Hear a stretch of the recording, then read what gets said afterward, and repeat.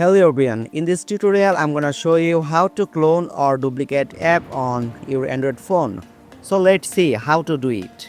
First of all, open your settings and scroll down, tap on apps option, and here you can see dual apps. Tap here, your all apps in here, and turn on any apps.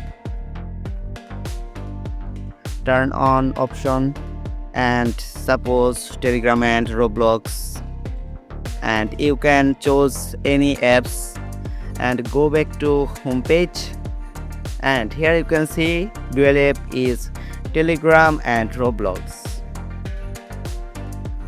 If you found this video helpful, please subscribe to my channel and stay connected for more updates. Thank you so much everyone.